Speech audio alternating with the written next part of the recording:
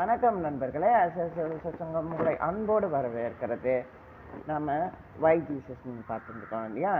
இன்னைக்கு நாம் Jesus actually right அப்படின்னு பார்ப்போம். லேவியனான இயேசு அப்படின்னு பார்க்கலாம்.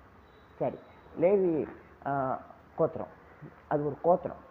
யாக்கோபோட புத்திரர்களில் ஒருத்தன் லேவி. அவன் கோத்திரமாக என்னப்படுகிறான். அவன் லேவி கோத்திரத்தில் ஆசாரிய ஊழியம் இருக்கிறது. அவங்க ஆண்டவருக்கு பரிசுத்தமானவர்கள் அப்படின்னு ஆண்டவர் தனியாக வச்சுருக்காரு. ஆனால் இது ஒரு சகோதர கூடாரம். இங்கே லேவி கோத்திரங்கிறது மாறிக்கிட்டே இருக்கும். ஸோ நீங்கள் தொகையென்ன பண்ணும்போது லேவியர்கள் குறைந்து விட்டார்கள்னா இங்கே இருக்கிறவங்களில் லேவியின் இடத்துல சேரக்கூடியவர்கள் இருக்கிறார்கள். மற்ற சகோதரர்கள் லேவியின் கோத்திரத்தில் சேர்ந்துக்கலாம். சேர்ந்து அவர்களோடு சேர்ந்து தொகை எண்ணப்படணும். ஆமாம், அது என்னன்னு கேட்டிங்கன்னா, இப்போ ஒரு குடும்பத்துக்கும் ஒருத்தன் லேவியோட கணக்கில் வரணும் அப்படின்னு பார்க்கலாம். ஒரு குடும்பத்துக்கு ஒருத்தன் அப்படிங்கிற மாதிரி. ஸோ இப்போ நம்ம சம்பிரதாயத்தில் அப்படி இல்லையாண்ணா? ஆமாம், நம்ம எண்ணிக்கைக்கு வைதிக சுவாமிகள் இருக்கிறார்களா? கண்டிப்பாக இல்லை. இப்போ இங்கே இருக்கிற இந்த செட்டப்பே ரொம்ப காம்ப்ளிகேட்டட். பிகாஸ் நான் ஒருத்தரோட இப்போ பேசியிருந்தேன். அவர் இந்த பிராமண கோத்திரம் இது பிராமண சமூகம் லேவி கோத்திரத்தை சார்ந்து வருகிறார்கள். இவர்கள் அந்த மாதிரியான ஒரு யூத, அதாவது இந்த இஸ்ரவேலின் சந்ததியாக இருப்பாங்களோ அப்படிங்கிற ஒரு சந்தேகம் இருக்கிறது அப்படிங்கிறாங்க. அதை பற்றி நமக்கு தெரியாது. ஆனால் நீங்கள் பார்க்கலாம், லேவி இவன் ஆரோன் லேவி கோத்திரம், மோசேவும் லேவி கோத்திரம். நீங்கள் ஆண்டவர் சொல்கிறார் ஆரோனை போல அழைக்கப்படணும்னு. அது எப்போ சொல்கிறாருன்னு கேளுங்க. மோசே அழைக்கப்படும் போது அவனுக்கு கொஞ்சம் தடுமாற்றம் இருக்குது. அவன் பேசுகிறதுக்கு சங்கடப்படுறான். அப்போ ஆரோன் தான் பேசுகிறான். ஸோ பேசுகிறான்னா ஆரோன் அவன் கோலும் அற்புதம் செய்து, மோசையன் கோலும் அற்புதம் செய்து. ஸோ அப்போ நீங்கள் பார்க்கலாம், அப்போ 2 goal. It always happens to us இல்லையா? ஸோ இப்போ ஒரு லேவியின் குடும்பம் கட்டப்படுகிறது அப்படின்னு சொன்னால் அது அப்படி தான். ஸோ ஒருத்தர் நம்ம கட்டிக்க முடியுமோ தவிர நாம் மற்றவங்களுக்கு தொகை எண்ணப்படுவதன் செயலில் இருக்கலாமோ தவிர நம்ம தொகை எண்ணப்படணும்னா நமக்குள்ள ஒரு ஒற்றுமை வேணும். ஒரு லேவியன் அப்படி தான் நினைப்பான். ஸோ இப்போ நீங்கள் பார்க்கலாம், அன்னாள் அன்னாளோட ஹஸ்பண்ட் எவ்வளோ காலையெல்லாம் எடுத்துகிட்டு வர்றார், பசுவெல்லாம் எடுத்துகிட்டு வர்றார். ஏன்னு கேட்டிங்கன்னா, தான் பிள்ளை ஆசாரிய ஊழியம் செய்ய போகிறான். இவன் லேவியன் தான், ஆசாரியன் இல்லை, அதாவது ஆரோனியன் இல்லை.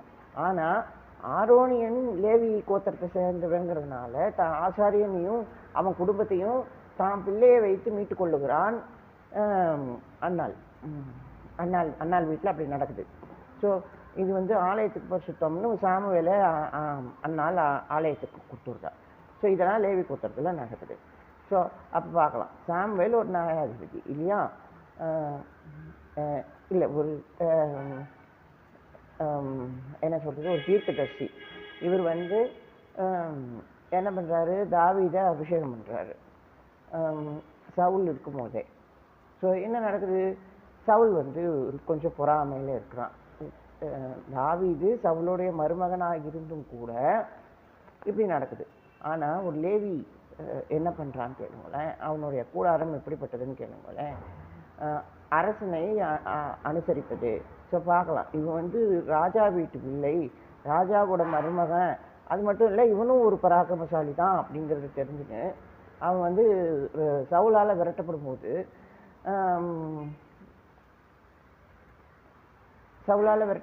அவன் போய் இது பண்ணுறான், ஒரு ஆசாரியின் இடத்துல தஞ்சம் அடைக்கிறான். அங்கே அவனுக்கு சமூக தப்பங்களே கொடுக்கப்படுகிறது. ஆனால் நீங்கள் பார்க்கணும், ஏன் இது நடந்தது, ஏன் இவங்க மட்டும் டார்கெட் பண்ணப்படுறாங்க, ஏன் கூடாரத்தோ இல்லை ஆலயத்தின் செயலையோ லேவியர்கள் தாக்கப்படுகிறார்கள். பார்க்கலாம். சவுல் வந்து எல்லா ஆசாரியர்களையும் கொலை பண்ணுறான். ஸோ நீங்கள் பார்க்கலாம், ஏரோதிய காலத்தில் கூட ஆசாரியர்கள் லேவியர்கள் எல்லாம் வந்து கொண்டுட்டு கிரீக்லேருந்து பயிற்சி பெற்ற ஆசாரிய ஊழியர்களுக்கோ இல்லை லேவி ஊழியத்துக்கோ பயிற்சி பெற்ற மற்றவர்களை கொண்டு வந்து ஏரோது தேவாலயத்தில் சேர்க்கிறான். ஸோ அப்போ பார்க்கலாம், அவங்களாம் கிரீக்கில் எப்படி பயிற்சி பெற்றிருப்பார்கள், எதில் பயிற்சி பெற்றிருப்பார்கள், அந்த கதைகளில் அந்த மாதிரி கிரீக் ஸ்டோரியில் ஒரு வித்தியாசமான ஒரு கட்டடத்துக்கு தான் அவங்க பயிற்சி பண்ணியிருக்காங்க. பார்க்கலாம், ஆரோனும் கூட அப்படி இல்லையே, ஆரோன் கூட மக்கள் மாறிட்டாங்கோ அப்படின்னு சொல்லும்போது பொற்கன்றை செய்கிறானே. ஸோ இருக்கலாம், ஆனால் என்ன வேணால் இருக்கலாம். ஆனால் நீங்கள் அதை மட்டும் பார்க்கக்கூடாது, அந்த தப்பை மட்டும் பார்க்கக்கூடாது. அவன் ஆரம்பத்திலேருந்தே வந்திருக்காங்கிறது பார்க்கணும். மோசேயின் தாசனாக, மோசேயின் சக்சஸராக, அதாவது மோசே கூட இருக்கிறவராக, மோசேயின் சகோதரனாக அவன் கிரியை செய்திருக்கான். ஆனால் பாருங்க, அவனுக்குள்ளேயே ஒரு இது இருக்கு பாருங்க. தலைமை இடத்துல எவ்வளோ பெரிய கஷ்ட நஷ்டம் இருக்குது பாருங்க. அவனுக்கு ஒரு காலை கன்று செய்து கொடுக்க வேண்டிய கட்டாயம் இருக்குது. ஸோ அப்போ பார்க்கலாம், அப்போ எல்லாத்துலேயும் ஒரு கஷ்டம்தான், கண்டிப்பாக ஒரு கஷ்டம்தான் இருக்குது. ஆமாம், ஒரு என்ன சொல்கிறது, ஒரு அழைப்பின் செயலில் ஒரு சங்கடம் இருக்கிறதா இருக்குது, இல்லைன்னு சொல்ல முடியாது. ஆனால் இங்கே வந்து லேவி அப்பாவியாக இல்லை. ஆண்டவனே எனக்கு கோபம் வராமல் இருப்பதாக அப்படின்னு சொல்லி, உமக்கு கோபம் வராமல் இருப்பதாகன்னு சொல்லி மோசேக்கிட்ட இவன் கேட்குறான். ஸோ அந்த அளவுக்கு இவன் வந்து அந்த மேலே என்ன நடக்குதுங்கிறது இவனுக்கு தெரியும். ஆமாம், ஆனால் இவன் இத்தனை அழைக்கப்பட்டிருந்தும், இத்தனை கூடாரமே இவனோட சாமர்த்தியத்தில் விரியுதுங்கும் போது இவன் வந்து வெறுமனே பரிந்துரையில தான் இருக்கானே தவிர இங்கே வந்து அடையாளப்படுகிற இடத்துல லேவி எங்கே இருக்கிறான் நீங்கள் பார்க்கலாம். ஆமாம், அதாவது ஆரோன் தான் அபிஷேகப்படுறான், அவனுக்கு தான் அபிஷேக தைலம் கொடுக்கப்படுகிறது, அவன் தான் அப்பச்சுடுவான், அவன் தான் பலி செலுத்துவான், அவன் தான் ரத்தத்தை கொண்டு போய் மகாபரிசுத்தலத்தில் பூசுவான். ஆனால் அவன்கிட்ட பரிந்துரை மட்டும்தான் இருக்கிறது, ஒரு இது இல்லையே. ஆமாம், அவனுக்காகவும் ஆடு வெட்டப்படணும், அவனுக்காகவும் பலி செலுத்தப்படணும், அப்படி தான் இருக்குது. ஸோ அப்போ இவன் எந்த இடத்துல இருந்திருக்கணும்? ஆமாம், இவன் எந்த இடத்துல இருந்திருக்கணும்னா ஒரு அந்த மகாபரிசு சிங்காசனத்தின் பரிந்துரையாகவே இவன் இருக்க வேண்டும். ஆனால் இவன் அப்படி இல்லை. இவன் பரிந்துரை செய்ய முடியுமோ தவிர, அந்த ரத்தம்தான் பரிந்துரை செய்யுமோ தவிர, இவனோட பரிந்துரை அதுக்கு சாட்சியாகத்தான் இருக்கும். ஸோ அதுதான் நம்ம பார்க்குறோம். ஸோ அப்போ ஒரு மிருகம், அது அப்பாவி மிருகம், அது கொல்லப்பட்டு அது தியாகம் செய்து அது உள்ளே போகுதோ தவிர, ஒரு லேவியினால் அவனோட தியாகத்தினால ஒரு இது இல்லை, அடையாளம் இல்லை அப்படின்னு நம்ம பார்க்குறோம். ஸோ அப்போ இப்படி இருக்கும்போது இவ்வளோ ஃப்ரெஜாயிலான லேவியின் டைட்டில் நீங்கள் எதுக்கு ஏசப்பாவுக்கு கொடுக்குறீங்களோ அப்படின்னு கேட்கலாம்.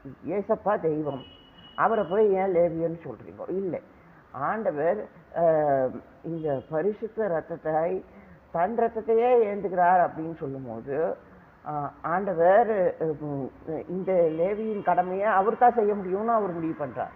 அவர் வந்து ஒரு பரிசுத்த ரத்தமாக இருந்தாலும், கூடாரத்தின் பானபலியாகவே இருந்தாலும், பரிந்துரையின் அர்த்தமாகவே இருந்தாலும் கூட அவர் பரிந்துரைக்க வேண்டும். ஆமாம், தன்னைத்தானே அவர் பரிந்துரைத்து கொள்ள வேண்டும் தான் அப்படிங்கிறத நம்ம பார்க்கணும். ஸோ இப்போ ஆண்டவரை நம்ம என்ன சொல்கிறோம், அவர் கன்னி மரியாதையில் பிறந்தார், அவர் வந்து பாவம் இல்லாமல் பிறந்தார். பாவம் இல்லாமல், ஸ்திரீயில் பிறந்தவனுக்கு பாவம் இருக்குங்கிறாங்களே, அதுமாரி இது ஸ்திரீயின் கற்பனை, அப்படி தான் நம்ம நினைக்கிறோம். ஆனால் அது அப்படி இல்லை. ஏன்னு கேட்டிங்கன்னா, இது வந்து ஆதாமின் கற்பனை. ஸ்ரீ வந்து இதை அனுசரித்தா, அதில் வந்து அவள் நிர்வாணியாகவில்லை, அவள் வந்து பாவம் இல்லாமல் இருந்தாள் அப்படின்னு நம்ம படிக்கிறோம். ஸ்திரீயின் வித்துன்னு நம்ம பார்க்குறோம். ஸோ அப்போ நாம் என்ன பண்ணுறோம், ஆண்டவர் இத்தனை இதுவாக இருக்காரோ, இத்தனை பாதுகாப்பாக இருக்கார், அதனால தான் அவருடைய உடலும் அவருடைய ரத்தமும் உயர்த்தப்பட்டதா நீங்கள் தியாலஜிக்கலாக அப்படி நீங்கள் முடிவு பண்ணிடலாம். ஆனால் உயர்த்தப்பட்டதின் செயலில் நீங்கள் பார்க்கலாம். நீங்கள் இவ்வளோ கன்ஃபியூஸ் பண்ணிக்க வேண்டிய அவசியம் இல்லை. உயர்த்தப்பட்டது நம்மளுடைய சமூக அமைப்பு, அதாவது கட்டமைப்பு. நீங்கள் பார்க்கலாம், உயர்த்தப்பட்டது நம்மளோட கேதரிங் தான். நம்ம சேர்ந்து வந்திருக்கிறோம், பஸ்காவை ஆசரிக்கிறோம், ஆடு வெட்டப்பட்டுச்சு, அப்பம் அப்பம் வாங்கப்பட்டது, நீங்கள் அனுசரிச்சிங்க, சகோதரர்களாக சேர்ந்து நடக்கிறது. அப்போ இங்கே ஏன் ஆண்டவருடைய உடல் உங்களுக்கு தேவை, ஆண்டவருடைய ரத்தம் உங்களுக்கு தேவைன்னா, ஏன்னா எல்லாமே இருக்குது. ஆனால் அதெல்லாம் வெளி சமாச்சாரம். அது நீங்கள் பாதுகாக்கப்படுகிற கூடாரத்தின், அதாவது உங்கள் வீட்டின் செயல். ஆனால் உங்களுடைய உள் சமாச்சாரம்னு ஒன்று இருக்கா. நீங்கள் ஆண்டவரின் இந்த கேதரிங்கில், அதாவது இந்த கூட்டத்தில் நீங்கள் எந்த நிலைமையில இருக்கிறீங்க, அது ரொம்ப முக்கியமான. உங்களோட உணவு யாருடைய உணவு அப்படிங்கிற நம்ம சரி, உணவு யார் பைசா வச்சுருக்கானோ அவனோட உணவு தானே? இல்லை, அப்படி இல்லை. ஆமாம், இங்கே எல்லாருக்குமே ஒரு மதிப்பு இருக்கிறதுன்னு ஆண்டவர் சொல்கிறார். ஸோ நீங்கள் பைசாவுக்காக வரல, எனக்காக வந்தீர்கள், அதனால் இது என் உடல், இது என் ரத்தம் அப்படிங்கிற. ஸோ அப்போ பாருங்க, அந்த தியாகம், அந்த சந்தோஷம், அந்த உறுதி, இதெல்லாம் அங்கே இருக்குது. அதனால தான் அவங்க பாதத்தை கழுவி அவர் உள்ளே கூட்டிகிட்டு போய் இந்த மாதிரி என் உடல் இது நான் பேச்சு தருவேன், இது ரத்தம் பருகுங்கோல் அப்படின்னு சொல்கிறார். ஆனால் அது வந்து ரொம்ப நல்ல உணவு. நீங்கள் பார்க்கலாம், நம்ம பார்க்குற மாதிரி இது சம்பிரதாயமாக இத்தினோண்டு ஃப்ளெக்ஸும் இத்தினோண்டு திராட்சஸும் கொடுக்க மாட்டாங்க. நல்ல திருப்தியான உணவு பகிர்ந்தளிக்கப்படும். ஆனால் அதில் ஒரு ஏறெடுப்பு இருக்கும். அது என்னன்னு கேட்டிங்கன்னா, இது ராஜாவின் உணவு, இது ராஜாவின் பானம், இது ராஜாவின் அப்பம் அப்படின்னு பகிர்ந்து அழிக்கப்படும். இது ராஜாவின் உடல் அப்படின்னு. இது ஒன்றும் பெருசாக நீங்கள் கன்ஃபியூஸ் ஆகிக்க வேண்டாம். இதுக்காக நீங்கள் கன்னிமரியாளின் பிறை ஏறெடுக்கப்படும் பாவமற்ற ஒரு உடல் அப்படின்னு நீங்கள் சொல்லிக்க வேண்டாம். சொல்லிக்கிட்டா அது நல்லது தான். ஆனால் நீங்கள் கேட்கலாம், இது ரொம்ப பரிசுத்த உணவு, இது வந்து உங்களுக்கு மன்னாவுக்கும் சமூக தப்பங்களுக்குமான ஒரு காரியமாக இருக்குமா? கண்டிப்பாக அது அப்படித்தான். ஆமாம். ஆனால் நம்ம வந்து இது வந்து கேதரிங்கில் இருக்குது, இவர்கள் தியாகம் செய்து வந்திருக்கிறார்கள், இது வந்து இவர்களுடைய உரிமை உணவு அப்படிங்கும்போது இதில் வந்து உடல் பகிர்ந்தளிக்கப்படுவதன் செயலில் இங்கே வந்து ஏசப்பா இருக்கிறார். என் நிமித்தமாக, என் ஞாபகமாக இதை செய்யுங்கோ அப்படின்னு ஆண்டவர் சொல்கிறார். அப்போ அவர் எப்பயுமே அவர் தான் ராஜாவா? நாம் வந்து பகிர்ந்தளிக்கப்படும் போது நாம் வந்து ஒரு இதில் வரமாட்டோமா? நம்ம ஒரு ஸ்டேட்டஸில் வரமாட்டோமா? இது இது இது நம்ம உடம்பும் தானே, இது நம்ம ரத்தமும் தானே இருக்கலாம். ஆனால் நீங்கள் வந்து அனுசரிப்பு அப்படின்னு சொல்லும்போது இது ராஜாவின் அனுசரிப்பு அப்படிங்கிறத நீங்கள் புரிஞ்சுக்கணும். ஸோ என் ஞாபகமாக செய்யும்போது அவர் சொல்லும்போது அவர் ஞாபகத்தை ஒரு பக்கம் இருந்தால் கூட கேதரிங், இந்த கேதரிங்கோட ஞாபகத்தில் நான் இப்போ நம்ம சேர்கிற இந்த ஆண்டவரின் ராஜ்யத்தின் செயலில் நம்ம சேர்ந்திருக்கிறோம் அப்படிங்கிற இந்த கூட்டு விஷயத்தில் ஆண்டவருடைய நாமத்தை நம்ம பயன்படுத்துகிறோம். ஸோ அப்போ நம்ம எப்பயுமே ஏசப்பாவின் உடலாகவும் ஏசப்பாவின் ரத்தமாகவும் தான் இது இருக்குமா அப்படின்னு கேட்டிங்கன்னா அது அப்படி தான். நம்ம ஏசப்பாவின் நாமத்தினாலும் ஏசப்பாவின் நாமத்தினால தான் இதை நம்ம பயன்படுத்தி வந்து கொண்டு இருக்கிறோம். அது நமக்கு உதவுகிறது. ஆண்டவர் ஜீவிக்கிறவராக இருக்கிறார். ஸோ அவரோட ஸ்பிரிட் நம்மக்கிட்ட இன்னமும் இருக்குது, நம்ம கேதரிங்கில் இருக்குது. அப்படிங்கிறனால ஒரு ஸ்பிரிட்டில் உடம்பு இருக்குது, உடம்புல மைண்ட் இருக்குது, ஆமாம் மனசு இருக்கிறது. அதாவது ஆவி உள்ளத்தை ஆராயும் போது ஆவி மனதை சமாதானப்படுது. நீங்கள் உங்கள் மனசை நல்லா சமாதானமாக வச்சுக்கிட்டா தான் ஆவி நிலையாக இருக்கும். ஸோ அப்போ ரொம்ப சிம்பிள் இஷ்யூ இஸ் மைண்ட். அந்த simple mind is of food. நீங்கள் நல்ல உணவு சாப்பிடும்போது மனசு நல்லாயிருக்கும், ஆவியும் நல்லாயிருக்கும். சரி, இப்போ நம்ம பார்க்கலாம் மெல்கிசேதேக் அடையாளம். அது கொஞ்சம் நம்ம பார்ப்போம். ஸோ இப்போ நம்ம பார்க்கலாம் மெல்கிசேதேக்கின் முறைமை அப்படின்னு சொல்கிறாங்க. இது என்ன மெல்கிசேதேக்கின் முறைமை? இது கேதரிங் தான் மெல்கிசேதேக்கின் முறைமை. ஸோ நீங்கள் பார்க்கலாம், ஒரு அரச அடையாளம் ஆபிரகாமுக்கு வழங்கப்படுகிறது. மெல்கிசேதேக்குன்னு ஒருத்தர் அரசு தான் இருந்தான். அவன் சாலேமின் ராஜா. அது ஒரு ஃபேரி லேண்ட் மாதிரி. எங்கேயோ எருசலேம்னு ஒரு பட்டணம் இருக்குது, அங்கே வந்து மெல்கிசேதேக்குன்னு ஒரு ராஜா இருக்கிறார். அங்கே வந்து தேவதூதர்கள்லாம் இருக்கிறாங்க. அங்கே ஒரு அரசாங்கம் இருக்குது. யாருமே எருசலேமுக்கு போகிறதில்லை. அது ஒரு ராஜாவின் பட்டணம் ஒரு தெய்வீக நகரமாக இருக்கிறது. ஆனால் இது ஆபிரகாம் அனுதினமும் அனுசரித்து கொண்டிருக்கிறான். அந்த மாதிரியான ஒரு ராஜரீக நகரம் அவனுடைய எல்லையில இருக்கு அப்படின்றான். அப்போ அங்கே ராஜாவே இருக்கிறாரு, ஆனால் அந்த எல்லை ஆபிரகாமின் எல்லை. அந்த இடம் ஆபிரகாமுக்கு சொந்தமானது, ஆனால் ராஜா அங்கே இருக்கார். ராஜாவின் நகரமாக தலைநகரமாக இதுவாக இருக்குது. அப்புறம் தான் இவன் மோரியாவுக்கு பிள்ளையை கூட்டின்னு போகிறான். என்ன சொல்கிறது, ஆண்டவர் வந்து நீ கொண்டு வா, நீ வந்து இங்கே எனக்கு தகன பலி கொடுன்னுலாம் கேட்குற. ஸோ அப்போ என்ன அர்த்தம், என்ன அர்த்தம்னு கேட்டிங்கன்னா இது வந்து இடத்த பற்றினது இல்லை, இது வந்து அந்த அடையாளத்தை பற்றினது.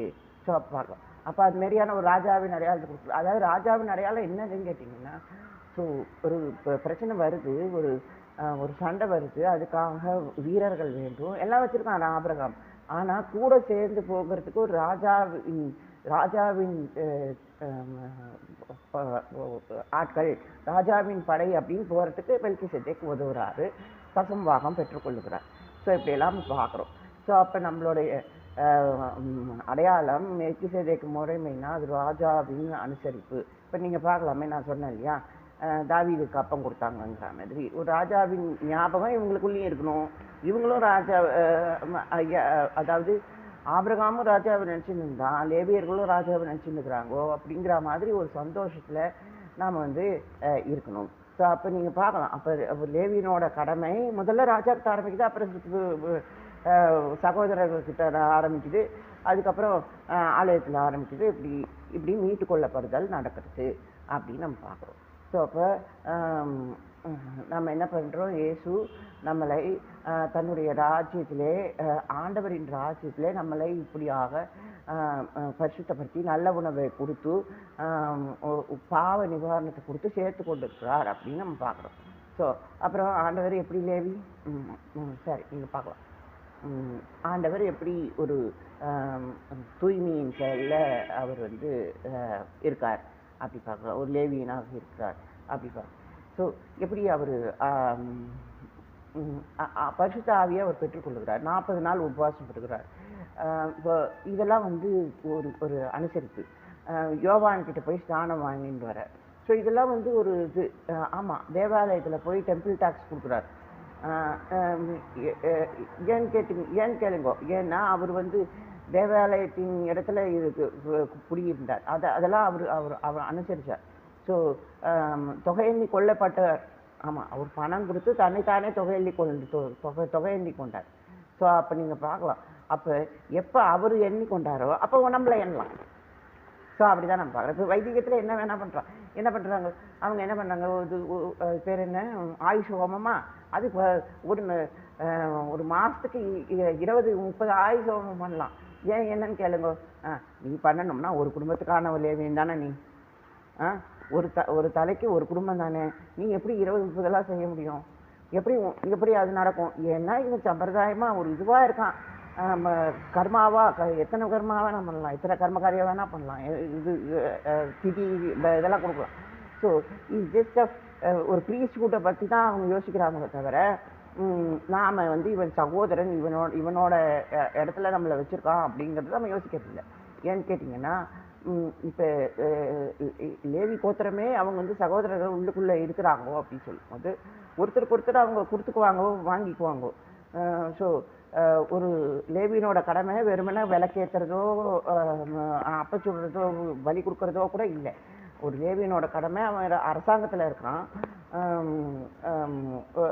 ஒரு தீர்க்கதரிசியெல்லாம் கூட லேவியனோட கடமையாக தான் இருக்கும். ஸோ அவன் வந்து என்ன சொல்கிறது, அவனுக்குன்னு ஒரு பட்டணங்கள் இருக்குது, அவன் பெற்றுக்கொள்ளுகிற இடத்துல இருக்கிறான்.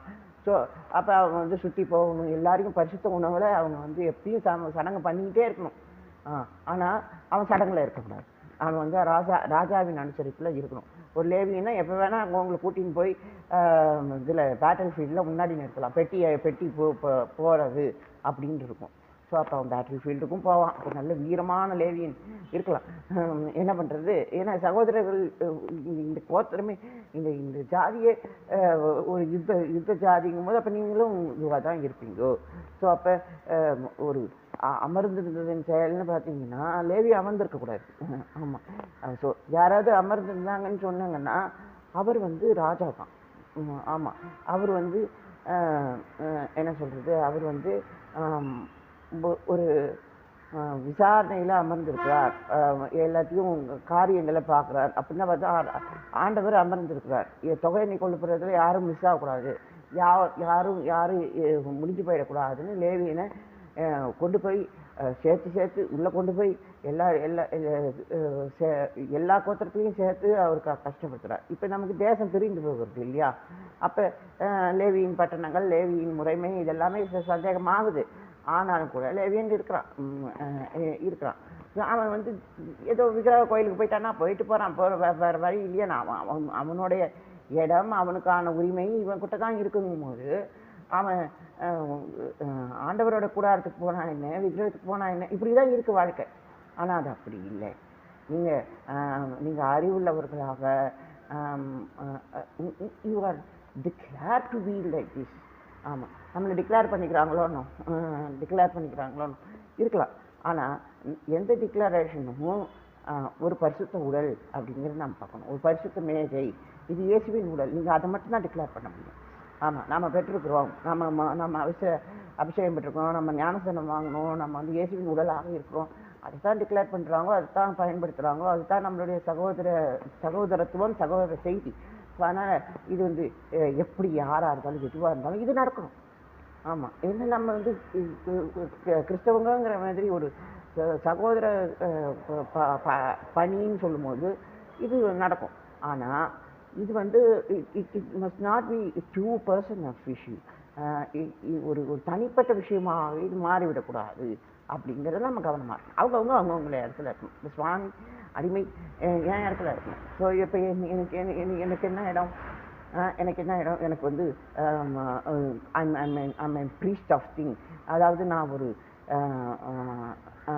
ஒரு பரிசுத்த உணவு அப்படின்னு இருக்கலாமா? இல்லை, அப்படி இருக்க முடியாது. நீங்கள் பரிசுத்த உணவுனா பிற்கப்படணும், பகிர்ந்தளிக்கப்படணும். அது வந்து மேஜையில் இருக்கிற ராஜாவின் உணவாக இருக்க வேண்டும். ஸோ அப்படி நம்ம பார்க்கலாம். ஸோ அப்போ நம்ம ராஜாவின் உணவு அப்படின்னா அந்த இடத்துல இருந்தோம்னா தட்ஸ் மை பிளேஸ். அது வந்து டிக்ளரேஷனாக பயன்படுத்த முடியாது. அதை வந்து அனுசரிப்பினால அது வந்து என்ன சொல்கிறது, ராஜாக்கிட்ட நீங்கள் எப்படி போவீங்க, அப்பாயின்மெண்ட் வாங்கிட்டு போவீங்க. ஆமாம், நான் அப்படித்தான். ஆமாம், இப்போ காலமும் அப்படித்தான். ஆமாம், ஆனால் கேளுங்க, மக்கள் வந்து எப்படி இருக்காங்க. அது ஒரு உதாரணம் இருக்குது. அந்த 7 ஸ்திரீகள் ஒரு புருஷனை பார்த்து, நாங்கள் எங்கள் சாப்பாடு சாப்பிடுவோம், எங்கள் ட்ரெஸ்ஸு நாங்கள் போட்டுக்குவோம், எங்கள் இது பண்ணிக்குவோம், எனக்கு எங்கள் நீங்கள் மட்டும் நீ வந்து எனக்கு புருஷனாயிரு அப்படின்னு கேட்குறாங்க. ஸோ பாருங்க, அப்போ என்ன கேட்குறது, இப்போ இந்த 7 சபைகள் நம்ம வெளிப்படுத்தலில் பார்க்குறோமோ. ஸோ அப்போ நீங்கள் பார்க்கலாம், 7க்குமே அவங்க வந்து நீங்கள் கிறிஸ்தவர்கள்ப்பா, உங்களுக்கு இதெல்லாம் இருக்குது, நீங்கள் வந்து ஜீவ விருஷத்தை புசிக்கலாம், உங்களுக்கு ஜீவ விருஷங்கிற அடையாளம் இருக்குது, ஆண்டவர் பீத்து தந்தார் அப்படின்னு சொல்லும்போது இது ஜீவ விருஷத்தின் பங்கு, இது ஜீவ விருஷத்தின் உடல் அப்படின்னு நீங்கள் பார்க்கணும். உங்கள்கிட்ட விருஷாயிட அடையாளம் இருக்குது. யாருக்கு தப்பிச்சு கொடுத்தா? மேஜையில் இல்லாதவன்கிட்டயா? கண்டிப்பாக இல்லை. வெளியில் அந்நிய மனுஷங்கிட்டையா? இல்லை. அங்கே காத்திருந்த யூதர்கள்கிட்டயா? இல்லை. அது பஸ்காவாகவே இருந்தால் கூட யூதர்களுக்கு அங்கே இடம் இல்லை. அது இயேசுவின் மேஜை. அங்கே அப்போஸ்தலர்களுக்கு மட்டும்தான், சீசர்களுக்கும் அப்போஸ்தலர்களுக்கு மட்டும்தான் அங்கே இடமோ தவிர வேறு யாருக்கும் கிடையாது. ஸோ அப்போ நீங்கள் பார்க்கும்போது உங்களுடைய மேஜை, இது உங்களுடைய இடம் அப்படிங்கும்போது நீங்கள் அதை தான் பயன்படுத்த முடியும் தவிர அந்நியர்களுக்கு அங்கே இடம் இல்லை. ஸோ அப்போ நீங்கள் பார்க்கலாம், இது வந்து ஜீவ விருஷத்தின் அடையாளம், நீங்கள் விருட்சமாக இருக்கிறீர்கள், அப்போ தான் நீங்கள் அதை பெற முடியும். ஸோ ஆண்டவர் பார்த்தா என்ன சொல்கிறார், நீங்கள் விருட்சம், நீங்கள் கிளை, நீங்கள் ஒட்ட வைக்கப்படுவீர்கள் அப்படிதான் அவருக்கு சங்கடப்படுறார், கஷ்டப்படுறார், உங்களை சேர்த்து கொள்ளுகிறார். அவர் தான் உண்மையான ஜீவ விருட்சமாக இருக்கிறார். ஏன்னா அவர் தான் ஒரு மேஜையை அனுசரிக்கிறார். ராஜாவின் மேஜையை அனுசரிக்கிறதுனால மேஜை மரத்தினால் ஆனது இல்லையா, அதனால் ஜீவ விருட்சமாக இருக்கிறது. நீங்கள் பார்க்கலாம், உடன்படிக்கை பற்றியும் கூட மரத்தினால் ஆனது, தங்க தகரால் மூடப்பட்டிருக்குது. ஸோ இப்படி ஒரு அடையாளம் இருக்கிறது. அதாவது நமக்குள்ளே ஒரு மரத்தின் அடையாளம் இருக்குது, ஒட்ட வைக்கப்படுவதன் அடையாளம் இருக்குது. அப்போ தான் நம்மக்கிட்ட அணுக முடியும். ஸோ நம்ம அப்படியான ஒரு இதில் தான் இருக்க முடியும். ஸோ இப்போ இதெல்லாம் எப்படி நடக்கும்னு கேட்டிங்கன்னா, அவன் என்ன சொல்கிறது, அவனுக்கு அவனுடைய சுதந்திரம் ஆண்டவர் அப்படிங்கிறத நம்ம தெரிஞ்சுக்கணும். ஸோ அப்போ இயேசுவோட சுதந்திரம் யார்? இயேசுவின் தந்தை, அதாவது நம்மளுடைய பரம தந்தை தான் அவருடைய அடையாளம். அப்போ பார்க்கலாம், ஆபிரகாம் கொடுக்கும்போது லேவியும் அவனோட கூட இருந்தான் அப்படின்னு சொல்கிறாங்க இல்லையா, மெல்கிசேதேக்கு தசம்பாக கொடுக்கும்போது. பார்க்கலாம். அப்போ ஒரு இது ஆபிரகாமிய கூடாரங்கிறத எப்பயுமே மறந்துடக்கூடாது அப்படின்னு பார்க்கலாம். இது ஆபிரகாமிய மேஜை அப்படிங்கிறத நம்ம பார்க்கணும். ஸோ ஆபிரகாம் எங்கே வந்தான்? ஆபிரகாம் இந்த பழைய பாரம்பரியங்கள்லாம் விட்டு இது வந்து பாவ விருட்சம், இதை வெட்டணும், ஜீவ விருட்சத்துக்கு நம்ம வரணும், இந்த இந்த இந்த இந்த இந்த பாவமான கதையை நாம் நீங்கணும், ஒரு ஸ்க்ரீன் விற்றா நம்ம அடையாளப்படணும்னு சொல்லி அவன் வெளியே வந்தான். ஸோ இது ஆபிரகாமின் மேஜை. அதான் சார் சச்சங்கம். நன்றி நண்பர்களே.